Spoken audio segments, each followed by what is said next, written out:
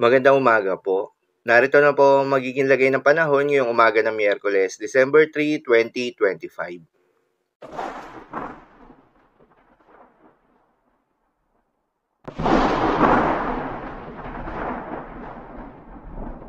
Sa kasalukuyan na tayo sa pag-asa, Intertropical Convergence Zone o ITCZ o yung banggaan ng hangin mula Northern at Southern Hemisphere ang patuloy na nakakaapekto sa may Mindanao.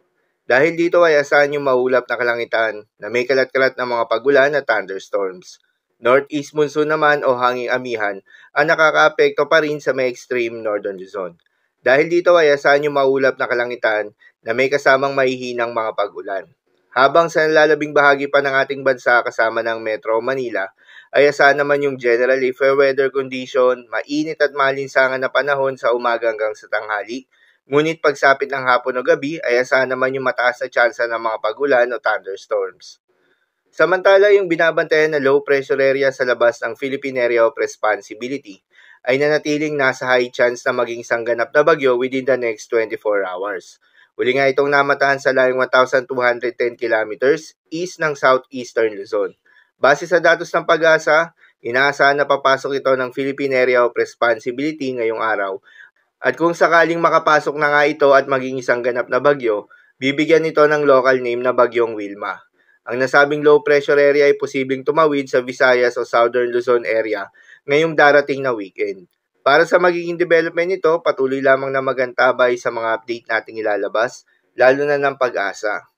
Para naman sa magiging lagay ng panahon ngayong araw ng Miyerkules, dahil nga sa epekto nitong Intertropical Convergence Zone, asahan sa Zamboanga Peninsula, Soc-Sargen, Davao Region, Basilan, at Tawi-Tawi ang maulap na kalangitan na may kalat-kalat na mga pagulan at thunderstorms. Posible ang mga pagbaha o pag-uho ng lupa due to moderate to at times heavy rains. Habang sa may Batanes at Cagayan, ay asahan naman yung maulap na kalangitan na may mga mahihinang pag-ulan. Nadulot yan ng northeast monsoon. Habang sa nalalabing bahagi ng Mindanao ay asahan naman yung bahagyang maulap hanggang sa maulap na kalangitan na may kalat-kalat na mga pagulan o thunderstorms na dulot ng Intertropical Convergence Zone.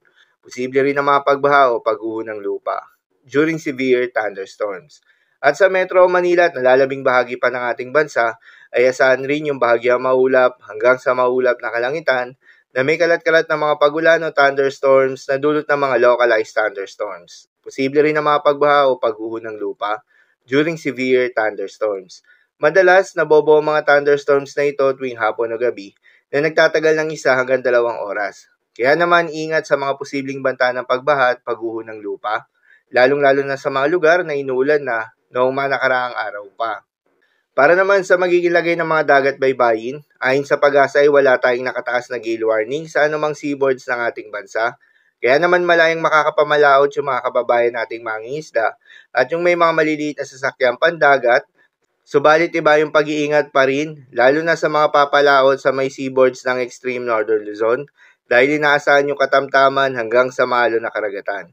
Habang sa nilalabing seaboards ng ating bansa ay asahan naman yung banayad hanggang sa katamtaman ng mga pag-alon. So ilawang po para sa lagay ng panahon ngayong araw ng Miyerkules. Keep safe everyone.